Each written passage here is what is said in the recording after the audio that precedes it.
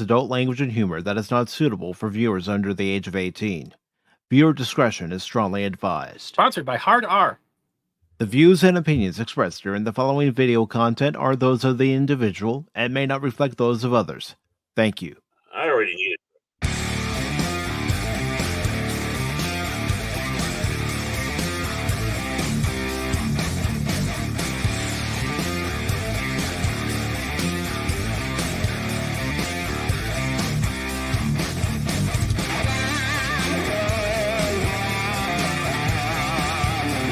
Great guitar riff you're doing there, Mike.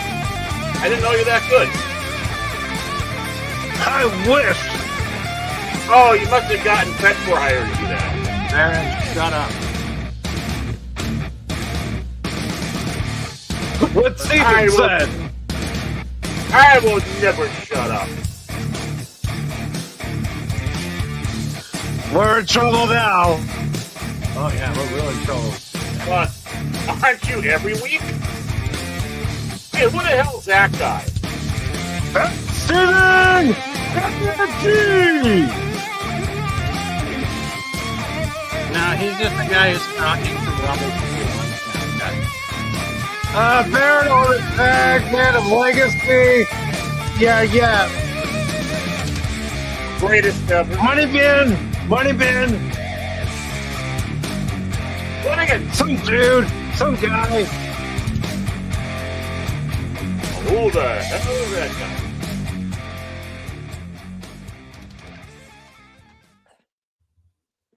Good evening and welcome, one and all, to this edition of Pacific414 Pop Talk, coming to you live on the Pacific414 YouTube and Rumble channels, along with Twitter. We are also live on Baron Orman Tagge's Facebook page and his YouTube page, along with the Phantom Hooligans and Hooligans. Sorry, I didn't mean to laugh. He said Facebook, and I'm like, he's not going to have that page after this show. That's right. Counting on it. And tonight, Baron, sorry, come to you live from MySpace.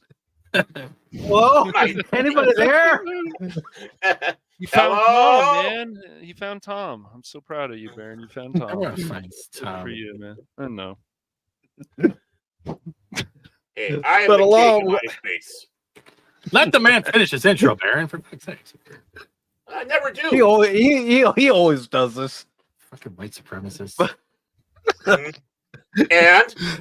Along with Baron Orman Tagge, Cash Money 007, I am your host, Mike, and tonight we welcome a great friend of the channel. That's a huge bit.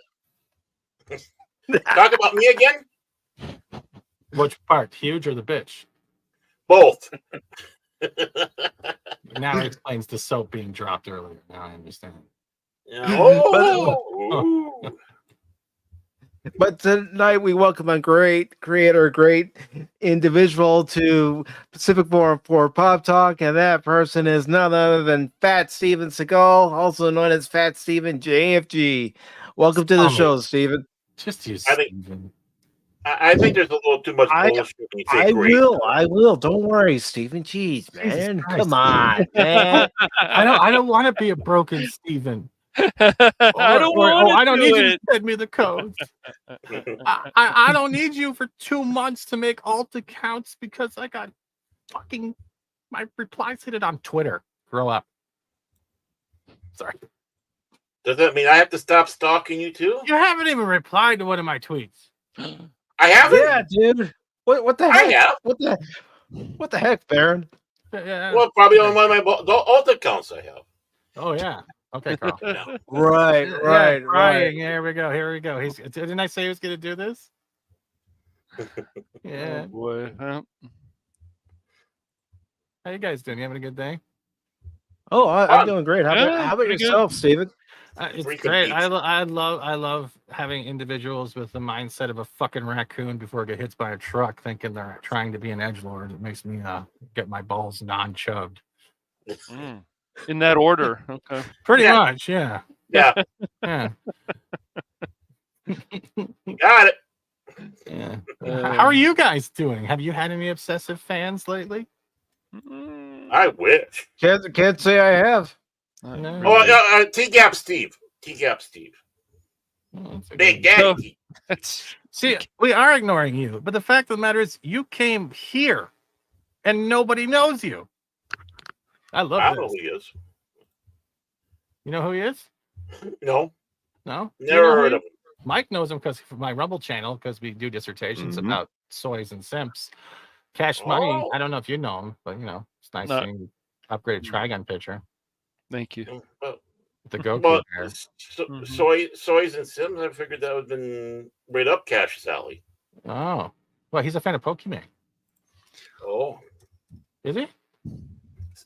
Think so. Are you that's more Woopa Toopa, but are you a Pokemon guy there, Cash? Pokemon, not Pokemon. No, Oh my god. Not that person. I don't know. The one with the $40 cookies. It tastes like shit. Oh, her. Oh. Yes, that's the one he's referring to, Baron. Yes, I know that cult. I know you. I know, because we had yeah. Thanks for having me on, by the way. This is kind of an interesting way to start off, eh? Well, you know what? Pop Talk's always interesting, but I think the most interesting part of starting off is when we have the latest episode of Beverly Hills 414 from T-Gab Steve. Steve, one of these days you're going to tell me where it's going in advance. Have you told Fats yet that Pop Talk heals and saves? That's what Phil says. I don't see how that's possible. I don't know either. Was I supposed to say something? I don't know. I'm just trying to, leave it open for anybody. That's a lot of nuts. Yeah, that works. But first, before we get underway with today's episode of Beverly Hills 414, we got a super chat from DJ Ronnie G. All right, put the money in the bag. I'll buy that for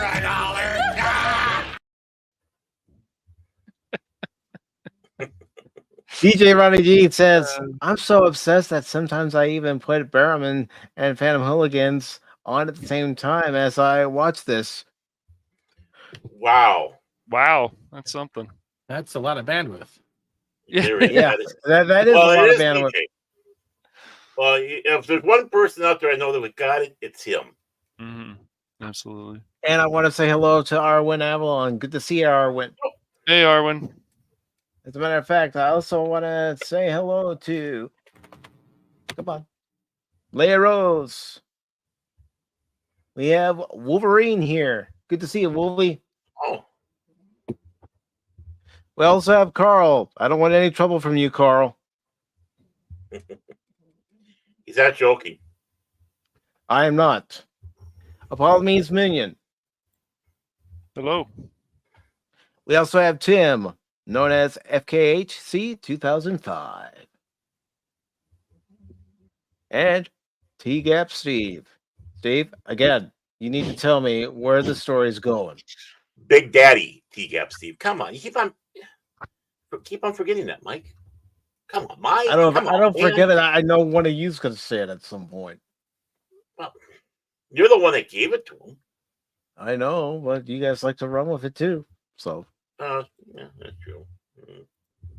Got a point there. Well, now, Baron, what? The ball's in your court as far as reading T-Gap's latest edition of Beverly Hills 414. That's because I got big balls. There we go. His mouth. Yes, yeah, and Baron wrote this song with AI.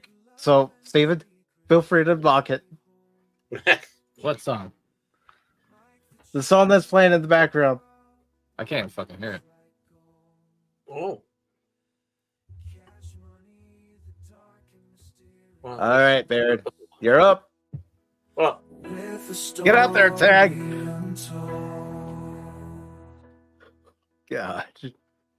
Well, I mean, he didn't hear it, so I'm just trying to be nice here. I'm trying to be a good guy. Come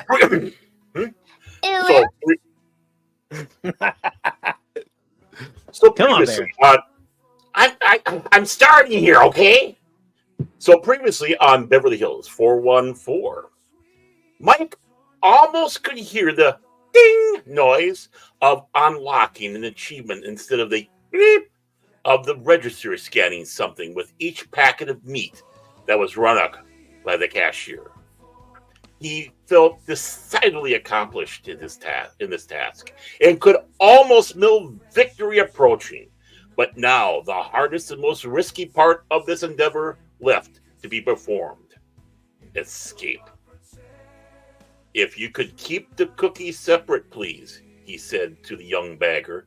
The guy blinked a couple of times but shrugged and stuck them in their own plastic sheath. That didn't sound right. Phrasing! No. Mike paid and even did the roundup for charity. He could use all the good karma he could get for this next bit. And you know, cash would never do that. And 34 cents wasn't going to break his bank after all. And he headed for the exit. He wanted to say, step 1 accomplished. But by now, he was on step 10 or 15 or something. Either way, this was the tricky part. He first made sure his keys were in hand and ready. Next, he took the Oreos out of the bag and set them in plain view and ready access on top of the other bags. Then he broke open the bags of Milano dark chocolate mint cookies. Oh. We ask that every week. Every episode, Steven. Every week. Each and every episode of Pop Talk. Twice a week, yeah. Mm-hmm. He could feel the eyes on him as he munched on one, then 2 of the cookies, saving his appetite for potential cookie dilemma. And then, holding another cookie in hand, he exited. They came at him in waves, boxes held out, the "I'm so cute and adorable" looks on their faces, only to be beaten back by the Oreo cookie counter and his Milano defense. Repelled like Dracula being shown a crucifix and his mouth filled with cookies so he couldn't inadvertently say, "Yeah, sure," to their demands for cookie purchases, he ran the gauntlet. 10 feet, 8 feet, 5 feet, getting closer and closer to full escape into the parking lot. 4 feet, 3 feet. This one has a wheelchair, sneaky but futile. 1 feet. Freedom! There. Baron felt silly during this next phase of Anime Jace's plan, but he always felt silly during a gearing up phase of things. Though he did admit the outfit showed off his ass. What? Whoa. Again, we need to talk, man. 5 o'clock meeting after the show. That's all I gotta say. He was distracting himself from the task at hand. How had the Ikami returned? He thought they had been banished to the depths of RAM space after that whole wide Phrasing. Nice, the shit's still going. Yeah. Yes. Yeah. Twice a week. Twice a week, facts. Twice a week.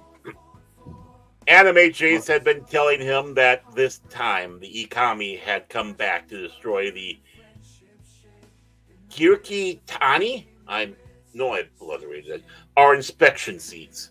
Baron had listened, but all he kept hearing was MacGuffin. Do you fucking understand, you fucking fuck? Anime Jace asked, and Baron just nodded absentmindedly. Oh boy. He didn't, but then again, he disliked info dumps for dramatic purposes. The fucking ass long and the short of it is these fuckers destroy them. Then those genres of anime die and are erased from history. If anime is erased from history, I die. All Jaces die. You know, I should do it more like Jace talks. Yeah, and without you, the Y2K thing happens, and everyone is enslaved, Baron said, showing he had been paying attention. His previous relationship had made him good at information regurgitation. He wasn't entirely comfortable with the fact his beard was now striped with neon blue lightning bolts that pulsed and glowed somehow. Actually, I find that pretty freaking cool. But he accepted it as part of the genre. So how did they escape from the Ram dimension? He heard himself asking about. A second too late to stop himself. Now he had to settle in for what he knew was going to be a flashback sequence.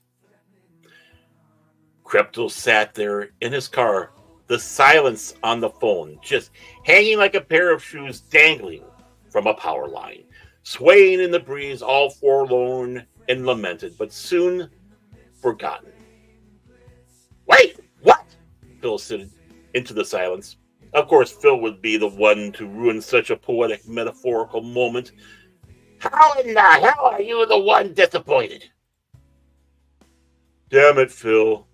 I've faced techno bandits in the sewers of Paris, resurrected emperors in Rome, sky pirates in Hawaii, and even lion women in the Serengeti. The real man-eaters. Phrasing. Yep. I've faced down reanimated Greek gods, and they were intimidated by my chin, even though they were, for some reason, in Finland, and save an ancient king of the Aztecs who showed up in my shower one morning. Oh, please do tell us sometime more about that. No, how about we don't find out? I don't get it, but continue. A man is judged by his worth of his enemies, and I keep hoping that you'll be a challenge, or at least make things interesting, but you're not, Phil. You really just need a good... Again, the silence says Crypto finished his venting, frowning at the phone as if the man on the other end could see him. As far as nemesis go, Phil was a pale imitation compared to the rest. And speaking of Phil, he's here. Ah, I knew I smelled cheese. yeah. Everyone's favorite troll. Yeah. See, right there. No worries, Pop Talk can heal and save you. See, I told you. And I also want to welcome in the Low Spec Linux Laptop. Everybody's favorite penguin besides Punkwaddle. Two penguins enter, one penguin leaves, Penguin Dome. Yeah. If the two penguins leave, that might be a problem, Baron. That might be, yeah. Yeah. Well, Crypto, you thought you could distract me from... Phil began to squeal into the phone as Crypto just hung up on him. Same old predictable Phil. What a bore. Now that Mike has run the gauntlet, does he have the cunning to make it to his car and finally escape? Or will he be boxed in and run out of Oreo cookies? Can he even get milk? What are the e-commies? Wait a minute. And how... I forgot the milk. Oh, no. Come on, Mike. Come on. Yeah, man. Come on, man. Come on, man. Corn Pop's a bad dude. You need milk. What are e-commies, and how did Baron go back in time to help Anime Jace fight them off in 1999? How did they escape? Can we blame iPhones or Bill Gates for it? Will Phil ever measure up as a proper nemesis for CryptoCoin? And can we hear more about these lion women, the man-eaters of the Serengeti? They sound hot. All this and more as Beverly Hills 414 continues after these messages from Fat Steve Mercantile. That's right. If you're balled down there, give Steve a call. He'll make sure you're taken care of. So back to you, Mike. What the fuck was that? We say the same thing every freaking episode. What was that? We say that every freaking episode. You know that. Oh, I know. Steve, I think the four of us need to talk, man. I say a lot of no words, Arwen. We can all kind of do it. Oh my goodness.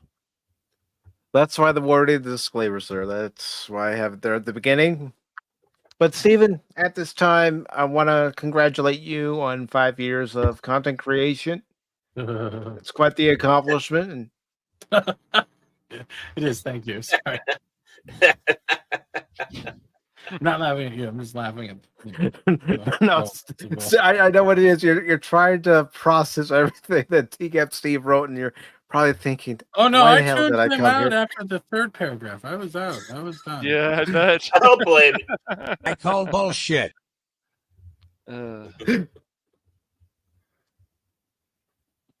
But again, congratulations on 5 years of content creation. You're not only a content creator on YouTube, but you're also over on Twitch, you're on Rumble. And what those who maybe never been to your channel would probably like to know is, how did you get into content creation? Well, Good answer. shut up. Lockdowns, couldn't go to work. Then I think I found like Nerdrotic and Az and all that shit. Started doing memes, really much channels. Then somehow ended up making a channel, being co-host with Lorena. If everyone remembers that, that was what, a lunch table. And doing comic roundtable with Loki's. There was even the Kings of Primetime. Sorry, Baron, it's been a while since I remember that show. And pretty much doing a lot of FM on my channel with like huge lobbies for years and PTSD. I'm trying to sum it up as best as possible. All right. And did you know what you wanted to do right away with your own channel when you started, or was that something that took a little bit of a process to really find your niche? Not really. I just did whatever the hell I wanted to. That's how the Babylon 5 got started, and we got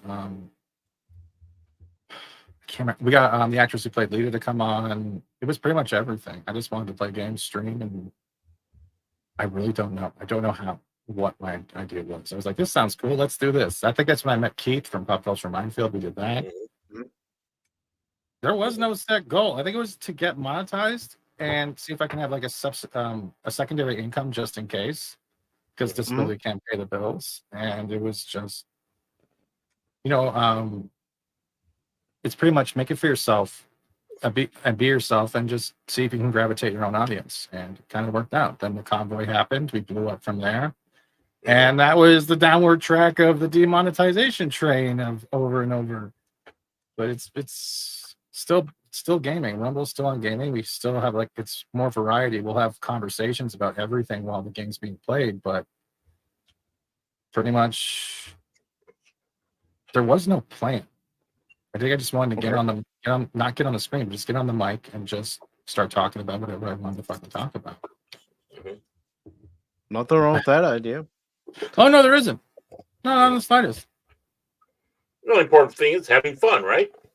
It was fun, but it had its ups and downs. Like you're always gonna have those moments where you have realization where people around you are not exactly what they are, and then you're gonna have ones that are exactly what they are. So it's kind of like a roller coaster. You don't know what to expect each day, not just from the platform, but from the environment of the people around you, the topics that come up, and your direction can change in a day, or it can take a year, and you just go along with it. I don't think it's limited to one thing. Like there is inspirational people out there that kind of gave me the kick in the butt, but everything else was just because I wanted to do it. Make sure I get paid for this. I don't need them to pay me. You should pay me for reading that. You mentioned how you watch people like Neurotics and Geeks and Gamers, and I think we could all say that they've been an influence on a lot of us who have started our YouTube journey and even expanded that journey to other platforms like Twitch and Rumble. And from your experience, what are the hurdles that somebody might find themselves running into if they decide to use YouTube, Twitch, or Rumble during their journey? Well, with YouTube, more because that's where I started. Like we still have the channel there, but YouTube, just be aware that the goalpost is always going to move. And you're never going to know how it's going to affect you next. No matter how much you talk reality or try to abide by rules and like the regulations of, especially YouTube as a platform, one day it could either make you or break you.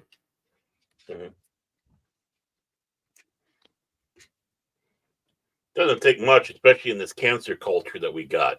One wrong word, and they come after you with pitchforks and torches. It's not even that. It's the algorithm picking up the wrong word and you getting hit for something, or covering a news broadcast. It could be anything. You can literally be doing the same rules and following the guidelines, and yet still you will get punished for it because because hey, you're on the mark this time. It's I don't know. Well, Steven, go ahead. I feel that, like, with trailers and stuff, I don't like this whole thing on YouTube that you have to pause things every 10 seconds. But I guess on Rumble, you don't have to do that. You can just run the trailer or whatever straight across without pausing, or for now. But eventually, it's going to be like until Twitch. If you get big enough, eventually the companies are coming after you for the DMCA and the copyright shit. Like, nothing is impervious, right? True. Which is one of the stupidest things really out there, because you're giving free. FREE, all in capitals, advertising. But you don't own the license to it. That's true. That's why reaction content is good and bad. You can like, some reaction content can promote other channels if the video is real good, and other times it could be taking away from the actual channel who put all the hours and effort in, because you're just sitting there and watching it and they're giving a critique. It just depends. It depends on the personalities who are watching and the perception of the people who make the actual content, right? I could say the same thing for me, covering every streamer and that was down there during Ottawa, right? Or covering every House of Commons broadcast or news article and stuff like that. Even with having myself or 3 other people on, and we're literally pausing and talking, having conversations and everything throughout it, it still got hit for used content, which is even more effed up. So that's what I'm saying. It falls into the goalpost.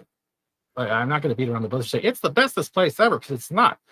If you have a goal, have fun, be yourself. Remember to read as much as the chat as possible, and be prepared for anything. I'm not being trying to be like a negative Nancy here. I'm trying to say it's not always going to be the best days. And let's take the platform out. You're going to have situations where one day you have the best friends in the world, and the next day you have the worst enemies in the world, because biases, envy, jealousy, all that stuff. Jealousy, petty, all kinds of stuff going on. Like the mindset, like, well, I've been here longer. You don't deserve what I should have already gotten, and stuff like that. Right. Your opinions are now in the prospect where you're not valued. Or if you're not saying the right thing, we're going to get rid of you. And that falls in the pop culture sphere as well. It's no longer my opinion, I like this or I dislike this. Is okay, cool, we can still be friends. It's now you're the enemy. It's a whole bunch of stuff. It's in 5 years I've watched a lot. And it is, because we've even had our own experiences here on Pop Talk, where we had somebody who was in the chat who said they had more subscribers than everybody that was on the panel, and they should be on the panel. Even when I started before with Twitch, Steven, they would tell you all these things, all these people who are you get to know, networking, and they said you can't expect anything. And that's the same on YouTube or Rumble. You can't expect your friends to be there. You can't expect to get subs. You can't expect anything. You just do what you need to do and just keep going from there, and it'll all come. But you don't want to compare yourself. Oh, this person has more subs than this person, so this person must be better than that person. You're just going to set yourself up for disappointment. And it's not always going to come. Exactly. If you can't maintain an audience, it doesn't matter how many channels shout you out or how many big people you have on, it's not going to sustain you. You have to keep your audience there, right? Right, exactly. Right. And then you're going to deal with... Sorry, go ahead. I was saying, my apologies. I was just going to say the most important thing is never quit being yourself. I mean, a lot of people sometimes make it big and then they think they have to reinvent themselves to match. And it's like, no, you're losing the most important thing that got you there. You. Right. And if your passion is no longer sound like passion and just sounds like a broken record, then you're pretty much, you've inepted yourself. We just need one. Just like we only need one heel versus babyface, or one critical drinker. You can be inspired by them and take pointers, but don't let yourself try to imitate them, because it just ends in stupid shit. And that's what people do too, Steven.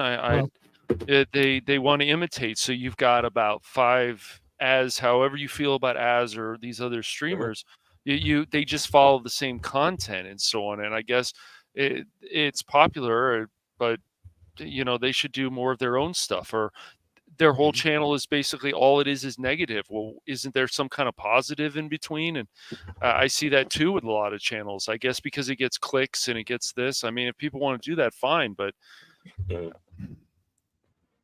I guess, but right now we're in a sphere where negativity sells more, drama sells more. oh yeah, I agree. It's like everyone turning their head when they're passing a car crash. It's the same shit. Right. True. I think there are some channels out there that do also are able to talk about the negativity, but also do it in a positive aspect and balance it out. And which is good too. Yeah, I agree. But the positivity might not always do well because people just want to see like the corporations or the businesses that have like kind of screwed over everything that they love. Yeah. They just want to see them burn. So it's really hard to try to inject positivity at the same time while watching everything else as just burning. It's like, why give props here and then shit on everything else? It's crazy. Mm-hmm. Again, this isn't a bitch fest. This is just what I've seen, right? Right. Yes. But, it's like you asked me one time, do I find it hard to look for articles that focus on the positive? And I'll admit, I do find it hard to find the articles that focus on the positive. But it's something I try to look for. Because I don't always want to report on the same thing that everyone else is reporting on, especially when I don't have anything different to add. Mm-hmm. And it's always funny too when people are in the chat, Steven, and they'll say, "Oh, well, don't you guys like anything?" That's always one of the funniest things to me. It's like, well, yeah, we do, but we're spoiled because of all this great entertainment. And even in the 90s and the 80s and whatever, early 2000s, the early 2000s, there was some problems there, but it's just a lot of the entertainment that we got was really good, and there was a lot of good storytelling, and people really cared a lot about these things. And so now it's all up in the air. And if people are like, I love everything of Marvel, I love everything of Star Wars or whatever it is, it's like, good for you, but you can't get mad at people because they have actual gripes about this. And a lot of this stuff really doesn't make logical sense anymore. And I'm sure you know that too, Steven. Star Trek, Star Wars. Well, there's a positive spin with that. It's like, yes, if Paramount goes bankrupt, people won't see more Star Trek. Right. True. Yeah. Well, as I sat back and said, you have 2 series on behind a paywall. That's Star Trek that's being canceled. Right. Behind a paywall. Right. If that doesn't wreak failure, I don't know what does. Mm-hmm. I don't know. And this wasn't supposed to be negative either. Like I'm not negative. I like what I'm doing. Yeah, I don't put as much content on YouTube anymore just because some of the conversations that I have on Rumble, I don't have to worry about being, hit down or the stream like, oh, you broke this regulation or you broke this one.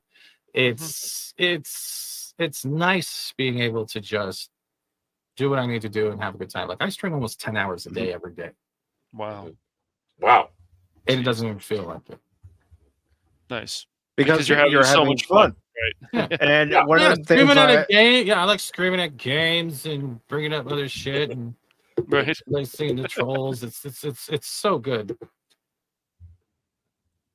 But one of the things I like about your channel, Steven, is you do welcome everybody in.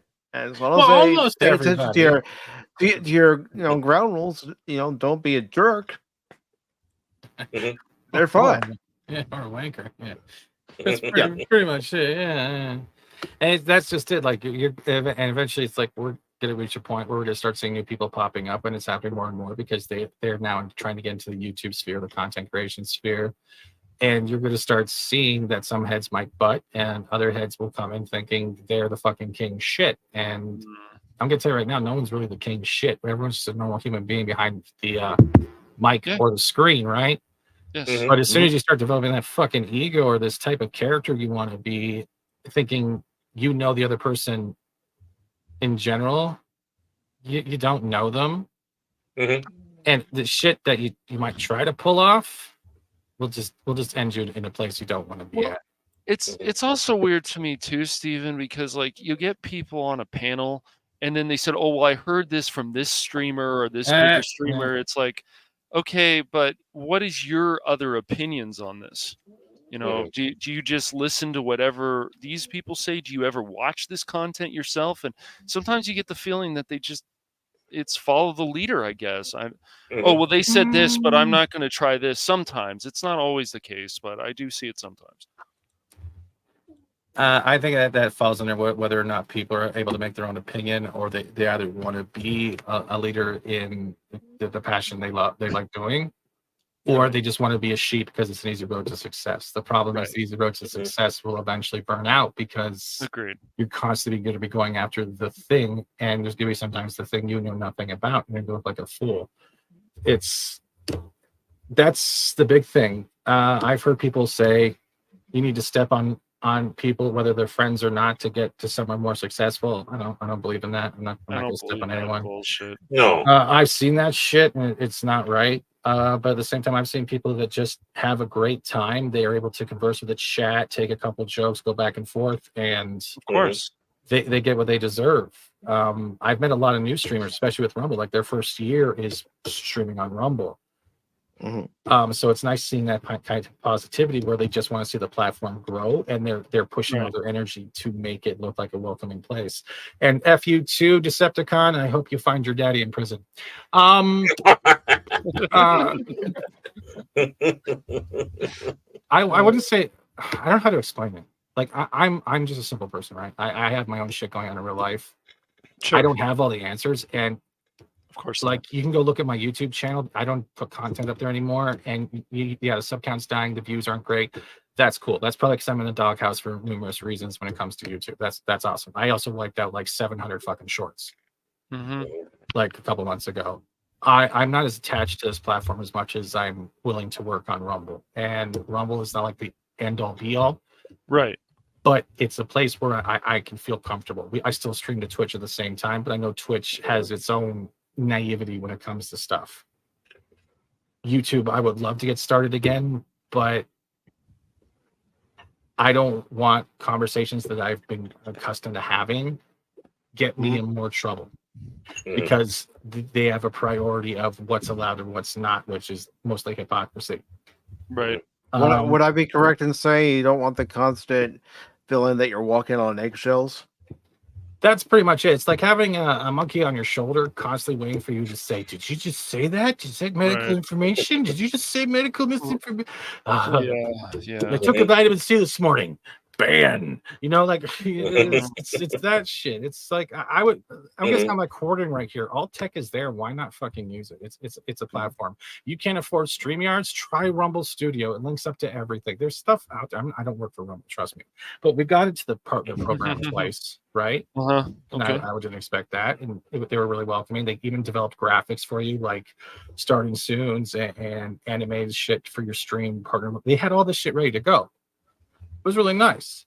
I just doesn't matter where you're streaming. I know YouTube is like the biggest piece of the pie, but you should at least give everywhere a chance to see where you think you would grow the fastest. And if you're only in it to grow and make the money, by the way, give me money, or you're here for popularity, then it's the wrong thing.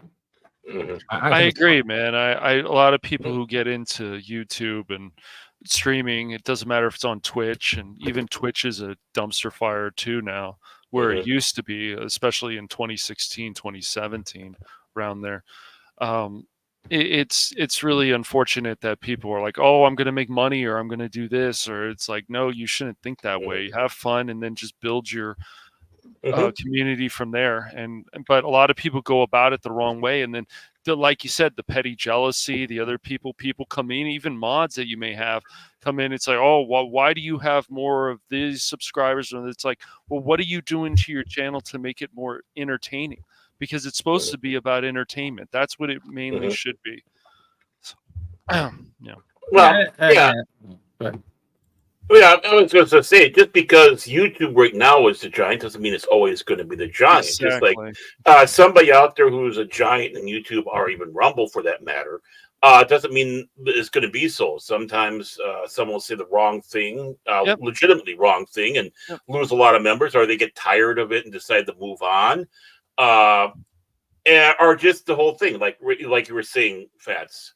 That right now, the being negative is what a lot of people are going for. Well, maybe soon it won't be, and they're going to be looking for people that are more positive.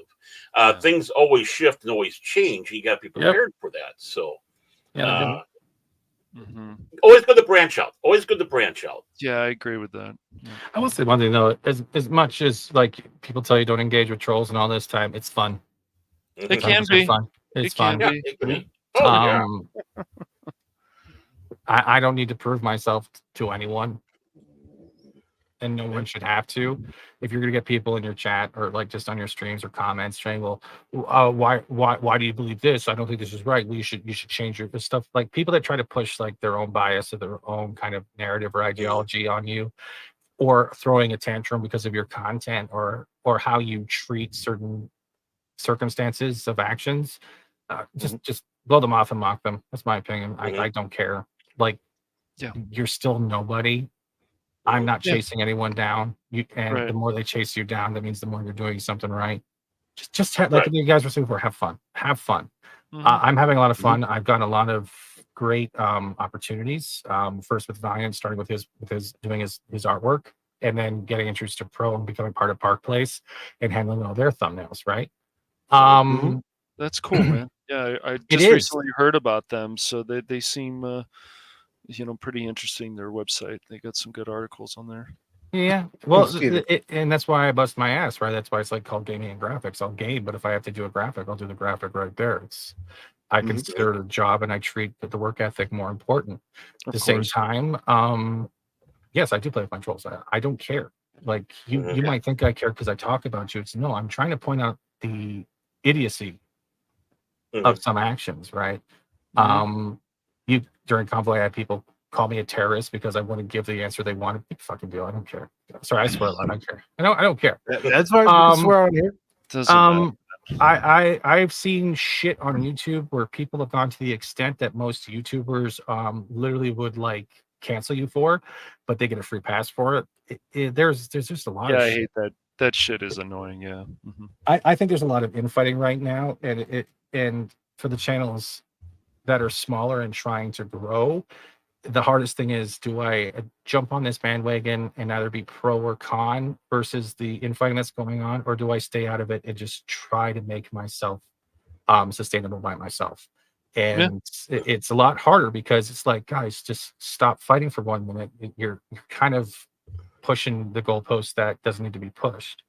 Right. But you also can see from those actions where I want to go, and should I ever reach that point, like a random, I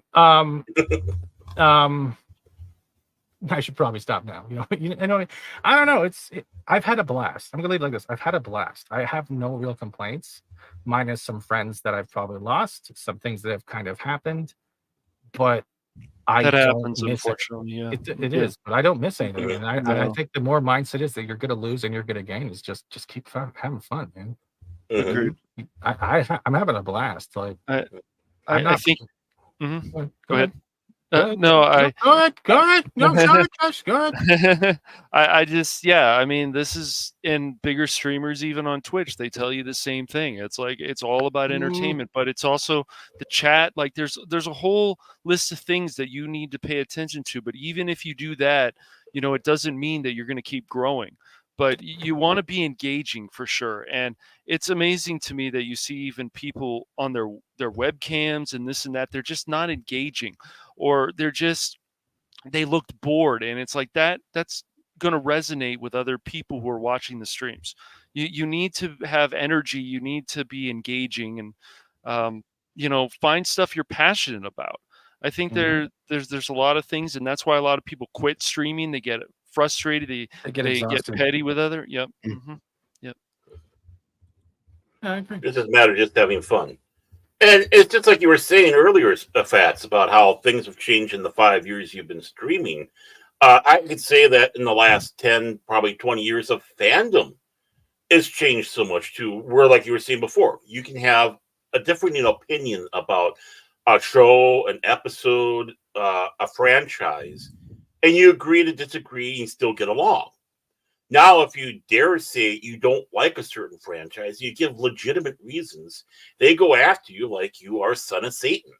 Mm-hmm. And it's, it's like, really, honestly? The honest question is even talking about this with not like trying to make it seem like a bitch fest. It's just the whole subject matter in general is draining, and you can already feel it in you when we talk about this, because it's kind of not like a depression, but it's more like a disappointment, and that disappointment can drain out of you, because we need positivity as much as we need like the negativity to keep us balanced. But when it's always negative, and this is true on YouTube as well. Mm-hmm. If everything around you is negative, it's like you're waking up feeling pretty good, and then you're seeing all this negativity, and it kind of it starts draining you. Maybe not everyone, but then that drain starts building up and building up. It's the same when like you're keeping shit bottled up inside because you don't know how to talk about it. Yeah. It kind of affects people the same way, and that's where viewership will get messed up too. It's I don't know how to describe it. It's like a roller coaster of what the fuck and hell yeah at the same time. Yeah, that makes sense. Like streaming is awesome. I never thought I'd be able to do this. Like I never thought people would come by or even want to mod or want to jump on stream or have conversation. I never thought any of that would ever work. Never. Right. And I've gone to talk to like Az or Gary. I've gone to talk to like Lorena or Robert Meyer. I've had the opportunities to talk to like Chuck Dixon, Gary from Pop Culture, all that stuff. I've had opportunities that I probably wouldn't have gotten anywhere else, and that's what I'm appreciative. Yeah, talking to Chuck Dixon, Baron, and I, that was very cool, and Mike Baron too. Mike Baron, this year probably some of the best experiences I've had is being able to talk to Gary and Keith. Yeah, Gary, not so much. Yeah, he's okay. He's okay. Yeah, he's up. No, I don't know. I was just being interviewed, but it's more like I just don't want anyone to take it as like, oh, you're just shitting and you're just grumpy. I'm not unhappy in the slightest. No, I'm literally not. I mean, it's a fun adventure. That's what I look at it as. You look at it as a fun adventure. You're having fun. That's the main goal. And before you know it, you got people joining you because they like it's infectious.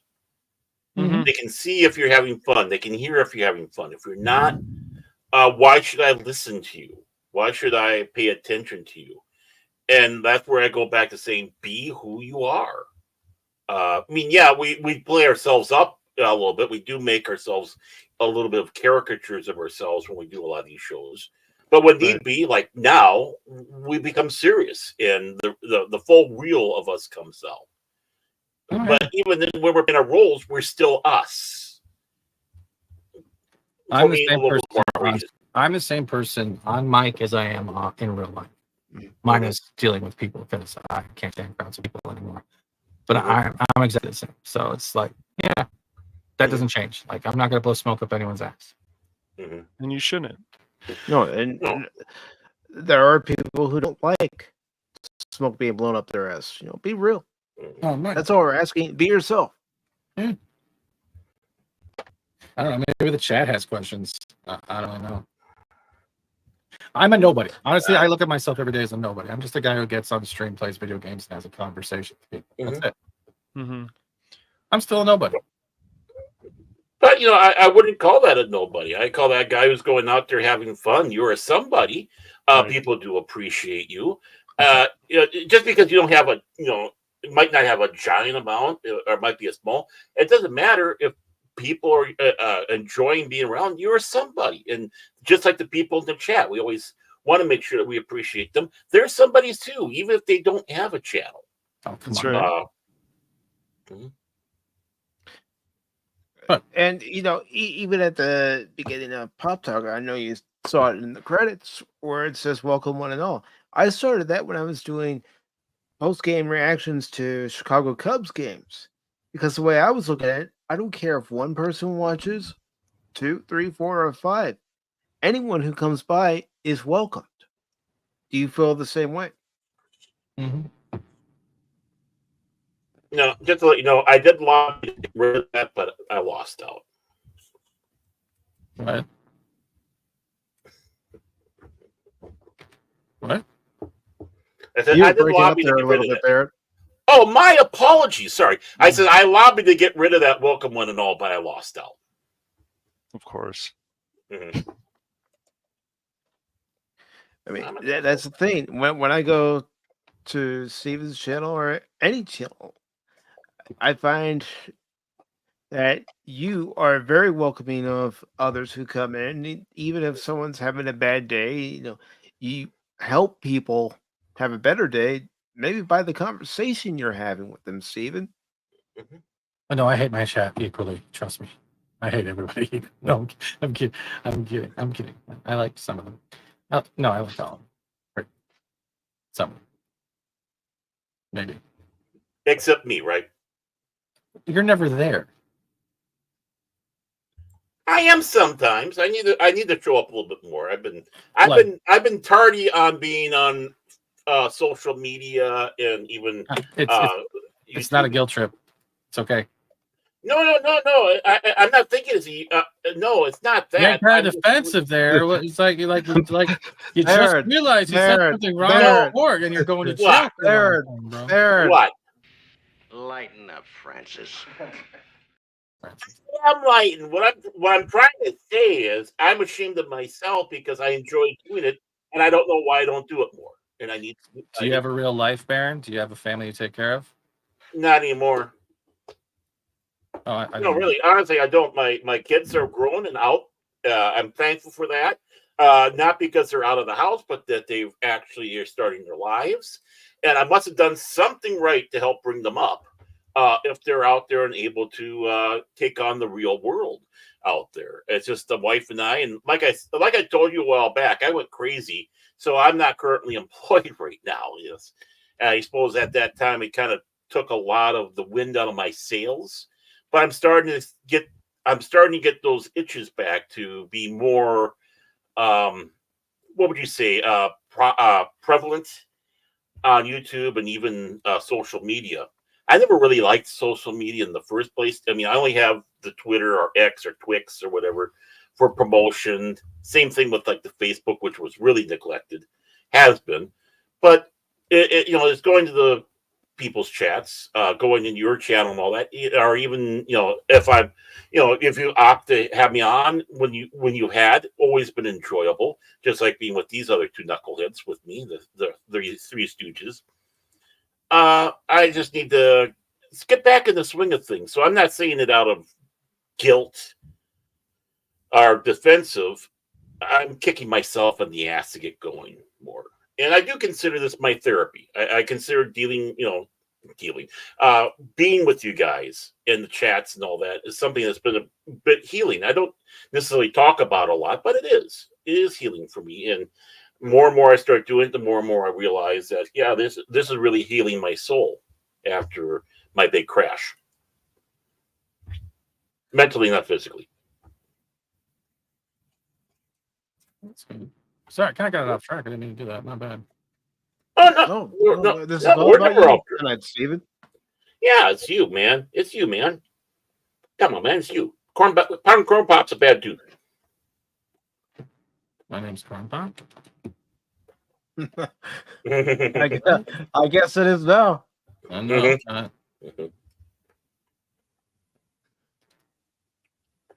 But you do gaming on your channel, and you play a variety of different games, whether it's be horror games or strategy games, RPGs, you name it. Mm-hmm. You play whatever game happens to appeal to you at the time, or you get the beta testing and you decide after playing the beta whether or not this is a game that you're going to actually invest a lot of time in. But what is your particular favorite genre of games that you like to play? I guess it would be survival right now. pretty much survival, like Once Human or Sons of the Forest, or like when we're doing like Abiotic Factor or just stuff like that. Nightingale, when we burned through the early access, waiting for more. Pretty much almost anything. Well, the one I have to sit back and say that really, when you were doing Dark Tide, and I was watching you doing Dark Tide, it started getting me interested in the game. Of course, now we're playing it, and it's like, whoa, this is a damn fun game. Mm-hmm. I agree. We're not going to talk about Vermintide 2 right now, though. It still hurts. Why does it hurt? Yeah, it hurts, Cash. Because there's 2 levels in the game that we're stuck at because we're not doing it exactly the way the game wants us to do it. Mm-hmm. So we're getting a little frustrated about that. Yeah, I had to take a break. It's Cash's fault. It's Cash's fault. Why is it Cash's fault? Well, it's his stream. And he was also several levels higher than us. Is he even here? Or did he go to the whole food? You might have gone somewhere. Mm. All right, I had to check something. I thought there might be an emergency.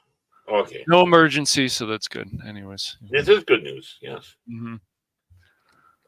No, it's a lot of fun we've been doing on Friday nights with Cash. Helldiver 2. That's a great game too. Yeah, right. I'm not a huge fan of it. It's weird to say.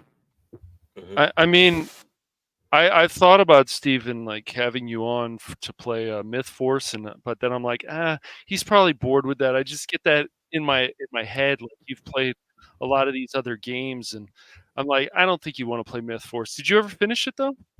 Yeah, we finished it. We did it with you Survive did? Sundays. So I think it was Script, Tickle, myself, and Wolverine. Yeah. Okay. I'm still up for co-op games. That's the whole thing. It's just I need okay. So I should send you a message and be like, hey, I got this. You know, are you interested in playing this? Okay. Mm-hmm. I don't. Yeah. Okay, that's cool. Well, scheduling usually. Yeah, of course. Let's talk about Survive Sundays. You've had Script Doctor on. You've had Tickle Trunk on. Of course, Wolverine's been on, and you guys have played a variety of different games there. And currently, you're playing Sea of Thieves. Yeah. Well, they're playing Sea of Thieves. I'm just getting drunk and puking on them. But that's. I think Sea of Thieves is a good game, Steven. I just wish that you could actually have more stuff that you can do like you had in the other pirate games. You know, be in a jail, you can get out, a guard's trying to attack you, things like that, a bar fight. I think it's a good game, and they've added definitely more content to it since it's come out, but I think they could still do more. Do you feel that way, or are you just satisfied with? I'm satisfied with how it is right now because it can take some missions can take forever. Fallout 76, I also dived back into, and that's had a full revamp as well. Yeah, Phil likes that game a lot too. He talks about it a lot. Yeah. Oh shit! I gotta stop playing it. That's right. Smart move. Yeah, I don't know. Careful, you might get a message from Phil saying, "Where's my Fallout?" Yeah, I don't think so. I don't think it works like that. Where's my Myth Force, Cash? I know every time. So you're still up for playing stuff like Myth Force, but you didn't. Helldivers 2 has just not been. I'll play it again when I have an urge, but I haven't really had the urge to. Gotcha. It's just, I just haven't had. But it's the bestest ever spreading democracy. Right. I just haven't felt it. Just haven't felt the feeling of it. I get that. No, it's not bad. It's a bad game. I just don't. Mm-hmm. Mm-hmm. You think games like Fortnite are still fun, or do you feel like they? I have even taken a hiatus. Fortnite No, that's a fair. That's a fair. I remember Steven was playing a lot of Fortnite. I pay attention to things, so even you do? Fortnite, even Fortnite, yeah, even Fortnite, not with you, Baron. I've even stopped with Fortnite. It's you have, just got it's dreaming. not gone. I just don't have the energy for it. Well, there's other circumstances, but I'm not going to get into it. It's just I gotcha. There's a lot of titles out there, like especially with survival games, that I've kind of been stuck on, and it's just how it is. Like eventually, I'll have to play Fortnite again, but it's just I played it for 3 years straight, every day, right? Wow, that's a lot. As well as other things that happened in between it. It kind of just every once in a while you're going to need a break. That's where my break is. It's trying to detach from some of the things that game emotionally kind of puts me through, and it's not the people I play with; it's the people that used to play that kind of left an after effect. I get that. Understandable. Completely understandable. Yeah. Wow, am I making it awkward in here or something? No. Okay. I was just thinking. I just don't know if Cash wants to ask the next question, Baron, or if I'm going to ask the next question. I'm just listening. I think of a question, but I'm listening and I forget the question. Too. But they'll come back to me here because I just like listening to them. That's what's great about having guests is lazy. Even though, I'm lazy, but you and I know each other. But it's still great to listen to you talk about certain things. And yours is an opinion out there I do greatly respect. Probably be the only time I say this, and I will deny this in the future. It's recorded. It's replayable. Oh, damn it! Should have known better than that. But I just enjoy it because again, being lazy. I never could get into Fortnite. I tried playing it with the kids, but I couldn't get into it. It was not my game. But I noticed that there's been a lot of change. My daughters play it. They do the Sea of Thieves as well. But I haven't really watched them play it and such. So, I wouldn't call myself a gamer. I'm getting back into playing games, but as I joke with everybody, and it's not really much of a joke. The Xbox was the first game system I bought since the Sega Genesis. Good. That's a good one, Shows man. That's a classic. Yeah. Sega Genesis. Oh, yeah. It's great. I mean, you can buy 40, 45 games or something like on Steam. It's pretty good selection. There could be a more, but it's still pretty good. I mean, I still got my games, so I just have to hook it up. That's good too. Yeah. One of my favorite games is Rampage. I mean, I love that game. I remember that game. Oh.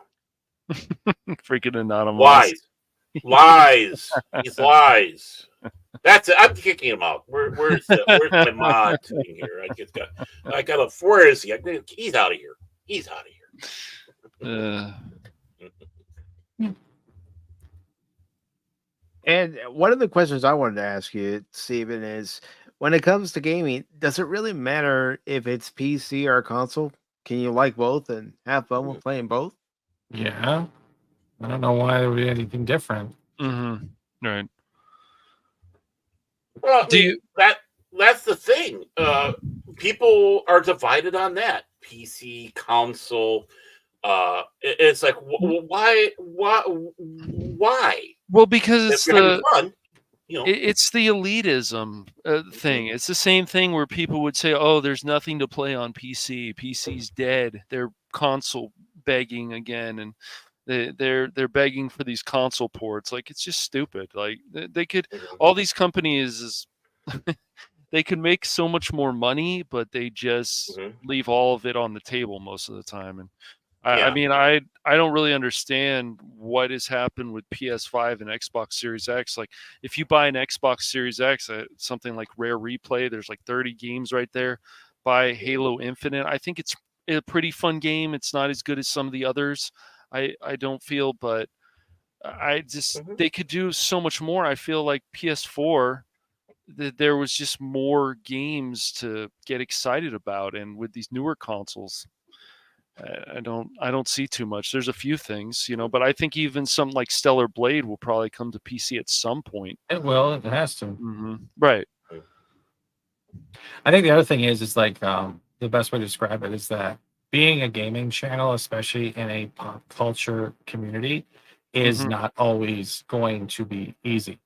No, it never is, man. No, because it's most people either are not into the games or they won't pay attention to the games until like what's going on right now with Grums and shit. It focuses on gaming again, but it'll be gone because they don't see gaming. Some people do, but some people don't see it as like the way Hollywood runs, and it's now becoming to be like right. Yeah, it just gets to that point. So yeah.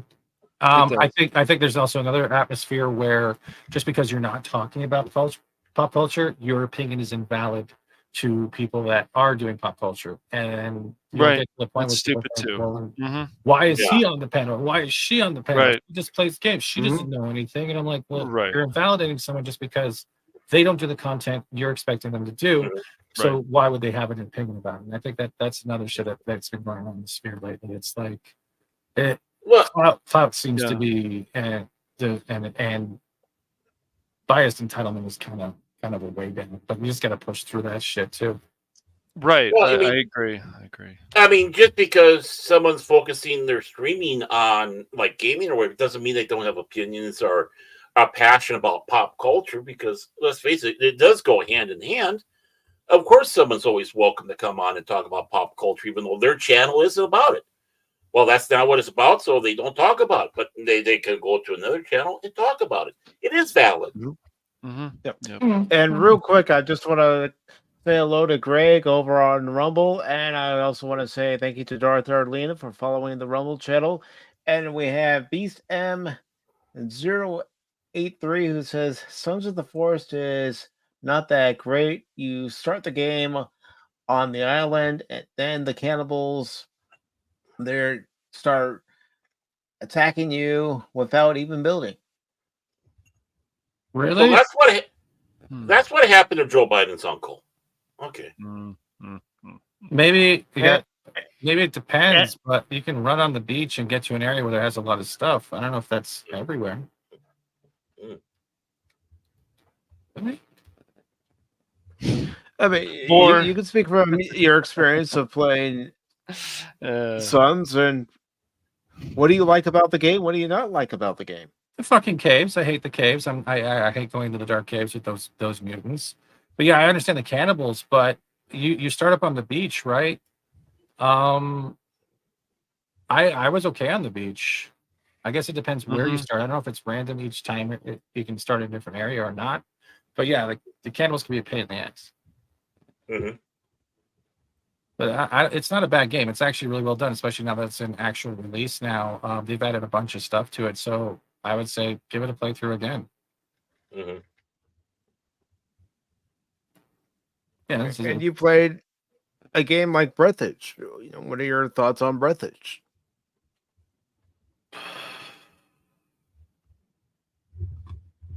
its humor is okay. The gameplay is okay. It's just the constant back and forth with the oxygen shit. That's Yeah.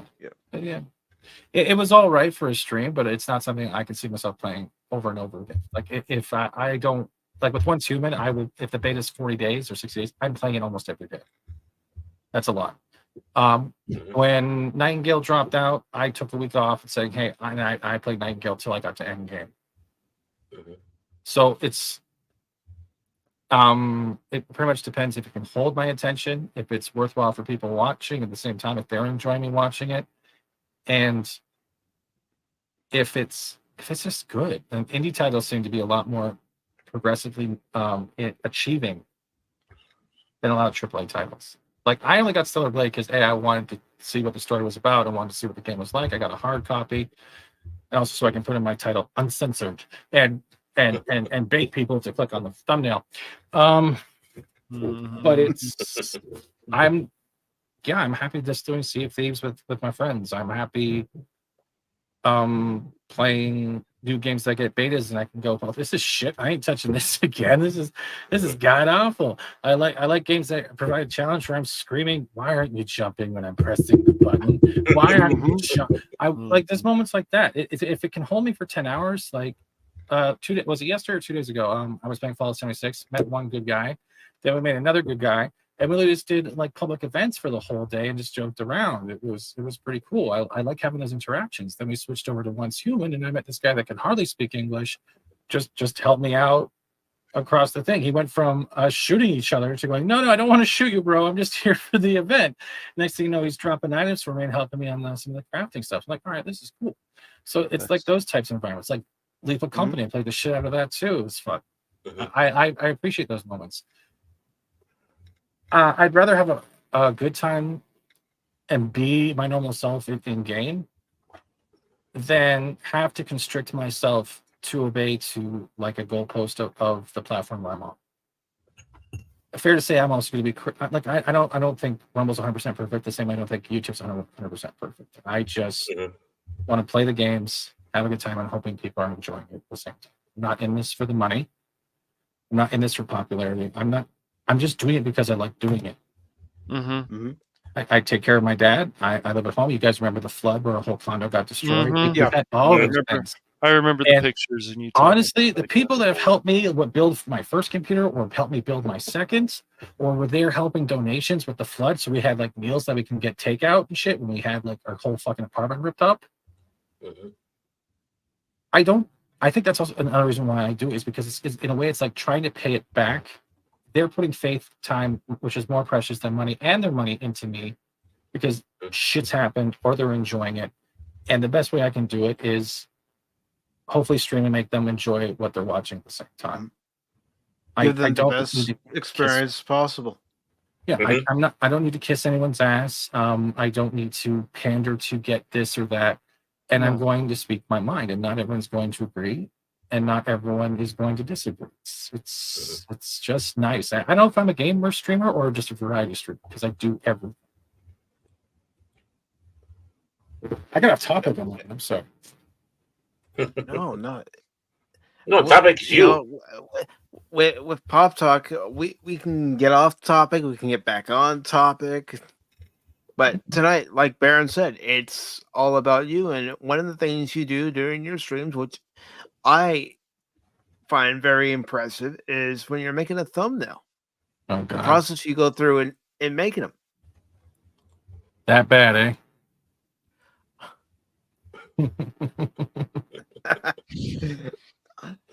No, Steve, it's not bad. Because, I don't know about you, but when I look at the canvas in Photoshop or whatever editing software I'm using to make the thumbnail, I look at the canvas and I could already see the picture, but it's up to me to find the right images to actually get that picture to come together. Do you find the process similar, where you see what someone like Valiant needs for his video or WDW Pro needs for his channel, and then you start looking for images that meet that criteria? I got to go by the title, or Valiant says what images he wants, and I just go by them. Other times it's they're like, I want to do this, and like, and I'll try to do it. Like, not every thumbnail is going to be perfect. Not every video is going to grab the views of the last video. So, but I always try to make sure I'm adjusting accordingly. It's not that hard, Steven. Anyone can put pictures together. It's really not that hard. I've heard say before. I'm like, yeah, it's not that hard. But at the same time, when you're doing it, I think for someone else, it's you're trying to do it from a standard of another person. Right. And I think it's fun. I think it's fun. I don't know. I never thought I'd be doing this. So, like, honestly, I still don't think they're good. I never do. I don't want an ego. I don't think they're good. I'll sometimes redo a whole one because I don't like the one I have just now. Like, even now, I'm doing one for pro while talking to you guys, and I'm like, I've already downloaded 8 pictures, and these are not. And why can't I find good ones that I just want? Don't make me do extra work. I mean, you did a great job on Mike's there. The Pacific414 logo there that he has. A little bit. It started with AI art, and I just edited accordingly. Like I've told you before, like I'll use AI as a base image, and then I'll tweak shit around. Sure, makes sense. Yeah, I told Baron and Cash, you took what I had already done, and you gave it an upgrade.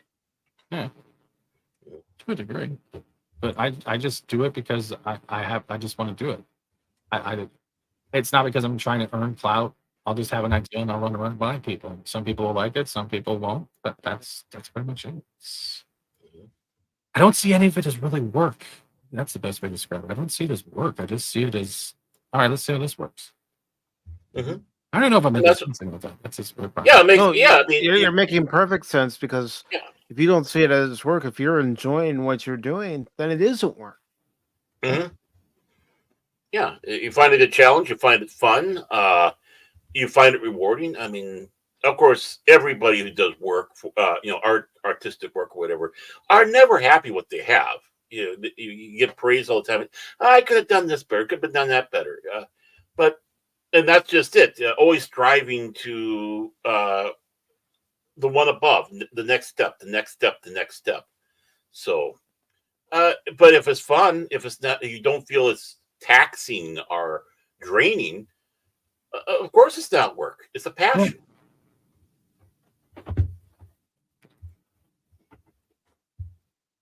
Guess, did you have any questions you wanted to ask Steven? I'm trying to think. You guys covered a lot, so I'm serious. He did. I got another question, I guess. What's been your favorite game so far this year, Steven, that you've streamed? Actually, I don't have one single one. I enjoyed Abiotic Factor demo. I'm enjoying the third beta test for Once Human. Nightingale, I'm waiting for more content with that. I'm waiting for Jump Ship. Sea of Thieves has been a blast. Mm-hmm. Almost I everything I've pretty much enjoyed. Even if I'm raging, I'm just pretty much enjoying. Well, it could be easy to rage on things. Have you heard of that game, Another Crab's Treasure? It's like SpongeBob meets Dark Souls. I have not. Oh, you haven't? Okay. It's those boss fights just make you want to throw the controller across the room, but that's Lords of the Fallen for me right there. Oh, Lords of the Fallen, I've seen that, yeah. Yeah, it's but there's definitely always new games to find. I'm not sure about some of. There's a lot of early access games. Sometimes they look good, other times I'm not sure. I think still there's probably a bit too many a lot of early access games. There could be probably a little bit less. Even Bear Gate 3 or Baldur's Gate 3, I mean, being early access was really weird to me when I first saw that coming out. And Sex with a Bear? Right. Yeah. I understand why so many people bought that game. I understand there's a lot of content in there, but they basically promised the world in a way, and some things I don't think they delivered on, and especially in the customization for females and other stuff. I don't know if you played Baldur's Gate 3 or Bear Gate 3 or whatever. No. I just, with the three of us, I know, decided to stay away from it. It's just there's certain things in that as a game based on D&D, we're just like, no, we can't do this. This is not for us. You guys can have fun, whoever bought this, but this is just not the direction that the three of us like in terms of a game based on D&D. But it's very popular, obviously. It still is, fine. You can't deny it. I can't deny it. They did a lot of really good PR work, I guess, with that game. But it's funny that Laren Studios is not going to make a Bear Gate 4 or a Baldur's Gate 4, and they'll do something else. And maybe it'd be, if it's more like Divinity Original Sin, because they did those games, maybe it'll be more interesting. Maybe something that we'll want to buy in the future. I don't know, but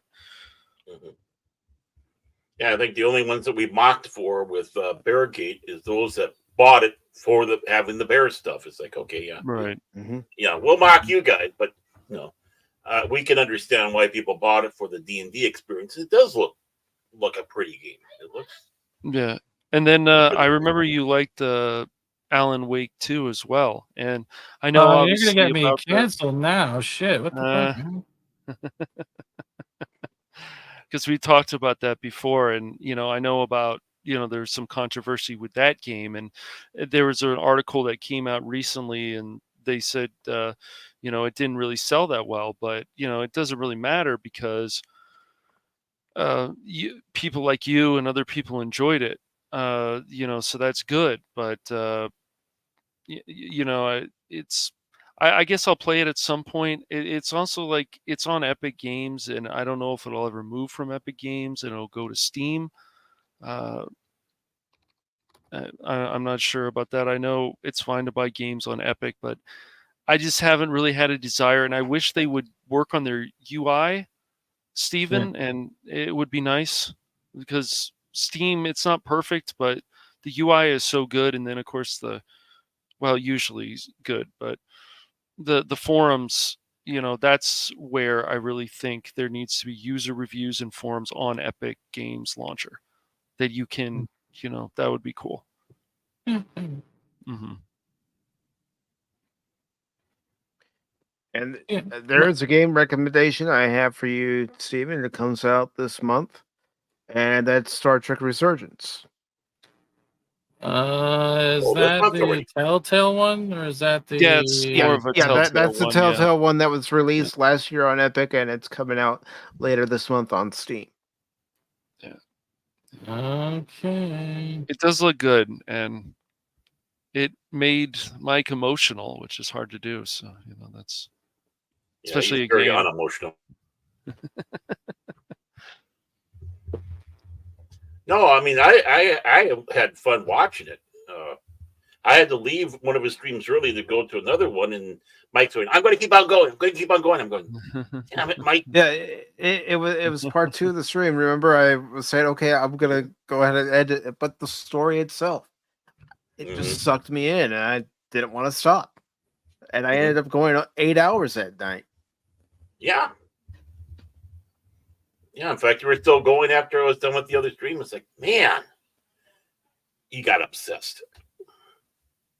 I wouldn't say obsessed. It's when a good game sucks you into it where you don't want to stop. You want to try to keep going and see how far you can get. Yeah.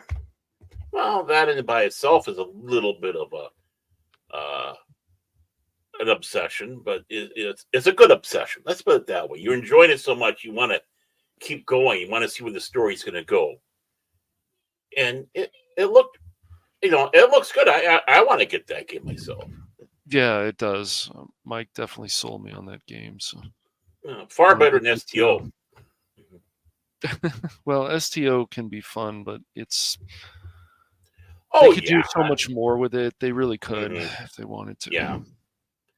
And that leads me into my question for you, Steven. Is there a game that you've played, whether it's been recently or some other time, where you've thought about putting it down during that day's gameplay, but something about it just keeps sucking you in where you don't want to put it down?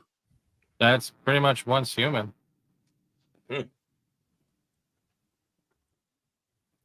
Nightingale was the same thing because I was prepped for it. Probably when Jump Ship comes out, same thing. Like I go through games pretty quick. I don't even beat all of them, but yeah, there's games I go back to. Yeah, it depends if it sucks you in or not. Yeah. Again, not everyone likes watching games. Not everyone gets it, No. and it's always going to be. It's just fun. Like, I just see it as an everyday. It's like it's the routine now. Play a game, see if I like it. Play the next game, keep going. Play multiple games in one stream. I mean, I guess for me, it's not odd watching other people play games because when you went to the arcades and all that, well, if you're standing in line to get to a game, you're watching other people playing and seeing their gameplay, how they're doing it, and making sure you got your quarter on there so you get your turn. But it's like, watching a game can be exciting, especially when you can tell that the person who's playing it is having a heck of a lot of fun. Exactly. And I think that's the important thing, that having fun is infectious. And that what keeps you around, keeps you drawn in. Again, it's you doing the thing because you love it, and you're being yourself. You're not trying to be somebody else, and it's infectious. They can, even when you have a camera on, they can tell if you're smiling or not. They can tell if you're, if you're phoning it in. Well, a lot of times when people are playing games, it's hard to phone it in, especially when you get passionate and start getting to that throwing the controller across the room. I haven't done that in a long time. It's better not to. But I think I can say for all of us, we do get to a point where we're playing a game, we're trying to beat a boss, we're doing everything that seems like the right thing to do, and just when you think you're going to beat the boss, the game ends up pulling the rug out from under your legs, and you just start cursing up a storm. Mm-hmm. Yeah. Remember Like that boss? You know, remember that boss, Mike, on Ratchet and Clank, that final boss? Mm-hmm. Watching you go through it multiple times and Cuphead, you know, I would love to give some other people a crash course. And all right, you guys want something hard? Play Cuphead. Go through it. See how you feel afterwards. Yeah. Come back and talk to us later, okay? Have fun. Well, you can say anything about any Souls game or playing Bloodborne Yes. and the same shit, right? Absolutely. Mhm. Yes. Right. yeah, playing Sekiro Shadows Die Twice. That's not an easy game. That's a game that'll humble you Great quick. game. No, that's on a list of maybe in the future. I am not even playing it. Well, Evil West was doing a good job on you, Mike, for a while. Yeah, it did. I actually had to go back through the game, change some of my skill sets so I could finally beat the final boss because the skill sets I had when I first got to the final boss, they weren't enough. I was too weak. Mm-hmm. That sucks. Yeah, it's brutal. Yeah. It is. And it's like, oh, can I want to look at a guide. No, I'm stubborn. I don't want to do it. Let's just figure this out. Let's start it all over again. Oh, shit. I mean, I'll admit it. There have been streams where I've been stuck on a boss for 2 hours and people have left, come back saying, you're still dealing with that boss? Yeah, I keep messing up, making some stupid mistake. Mm-hmm. Yeah, well, it's easy to do. And I've done that more than once. That's the thing, though. More games being talked because there's not much shows out either. There, no, not much. No. I enjoyed X-Men '97. I did. Did you? Oh, you did. Okay. Yeah, I did. It actually hit me in the feels, especially during the later episodes, because it did something I wasn't expecting, and that was good. I need that shit. I still have like YouTube on the background, or I'll be watching anime, or that's it. It's pretty much. Yep. That's it. It's very simple. You don't have to like. Fallout was good. I don't care. People say it wasn't. I don't Fallout care was what they say either. I liked Fallout. There's a few things I didn't care for, but overall, I think it was enjoyable, and it felt like the games. And even though the director Jonathan Nolan said that it doesn't matter really as much what the fans think, well, it still felt like the games. So they did something right. Yeah. I think he just did that to tweak people, but I liked it. Probably. I liked the Fallout series. Okay. The wife liked it. It did one thing that was necessary, and it brought players back to the games. Even Fallout 76. It did. Yeah. It was a very big marketing tool, I will say, definitely, to bring people back to the games. And I've had fun with 76. It's been pretty good. Mm-hmm. I've had fun watching you. I forget when I leave, and I leave the mic on in area mode, and I just get all weird. No, I've never played Fallout 76. So watching you play Fallout 76 or any other game that maybe I myself may not have interest in, but watching you or someone else play it, I enjoy it because I get to see what the game's all about without having to play it. What Mike is saying is, I get to watch a sucker waste money, and I can save mine. I've been a sucker on a few games, and I've regretted it. Jedi Survivor. Hey, yeah, Survivor. You still finished it. Yeah, you still finished I bought it on release when it had all its problems last year. I haven't had any problems. Well, I mean, that's good for you, Steven, but people are still having problems, tech issues with that game on Steam, unfortunately. I'm playing the Xbox version. I haven't had shit problems. The only problem is well, they made me download the EA fucking of course. Yeah, the EA launcher. You got to have this launcher in order to play this game that you just installed on your computer. Well, and you know, speaking of this, EA is still a nightmare, but overall, I know you even, of course, Steven, played the Dead Space remake, and I thought I about liked it. it, but I just haven't pushed myself to do it. Well, I the know funny you thing is- remember you say you liked sorry. it. Yeah, go Yeah, I ahead. do like. Well, that's the funny part. I think that was Motive who did that, right? Yeah, I think it was. Yeah. Yeah, they're now working on the new squad base for the next Battlefield. They're going back squad and class base, not the stupid shit we had before with the. Okay. So Motive is going to be working on that. Yeah, because they're not going to be doing any more seasonal support when it comes to 2042 because that was a wreck of a show. It was. Yeah, that's one where I spent money on the pre-order. I remember we talked and about. I was like, "What the?" I remember we talked about it on Daryl's channel and stuff, and it's like, did you feel good about that? It's like how I felt about Aliens Colonial Marines. You spent $60 on this. You went through it on the hardest difficulty with some friends, and then you're like, why do I want to play this again? And just like you, I get annoyed by those things. It's like, why do I have to hit this key for the alien to jump in the multiplayer? Like, why can't he just go up the wall? Why do I have to hit a key? It's just weird. Mm-hmm. I apologize to anyone in the chats who are bored about gaming right now. Wake up, Phil. I'll let Phil play with himself. That's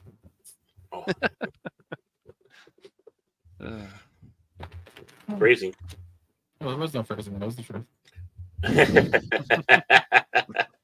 Well, I mean, it's just like the Battlefront 1-2 remaster. It's like, with all that, let's give me 5 servers and see how that goes. You know, there's even people within the group that they'll say, even on their stream, Steven, and I'm not going to use people's names, but they say, "Isn't this the game you wanted?" No, it's not Mike. Isn't this the game you wanted? It could have been. I almost bought that on day one. Yeah, I think a lot of us did. I did, but it got returned. It's like, nope, not going to have it. I was sad.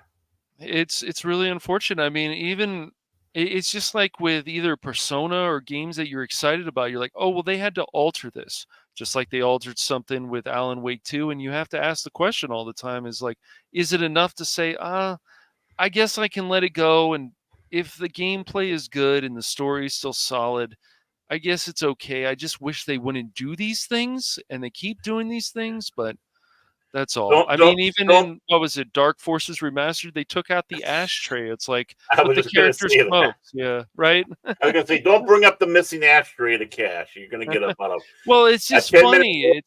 No, but it's just funny, Baron. Like, you know, I know you bought the remaster, and and it's funny to me also when you read like some of the media, they say, oh, this game is a 7 out of 10. No way, man. Dark Forces is easily an 8 out of 10. Easily. Oh yeah. But whatever. I still hate that one level.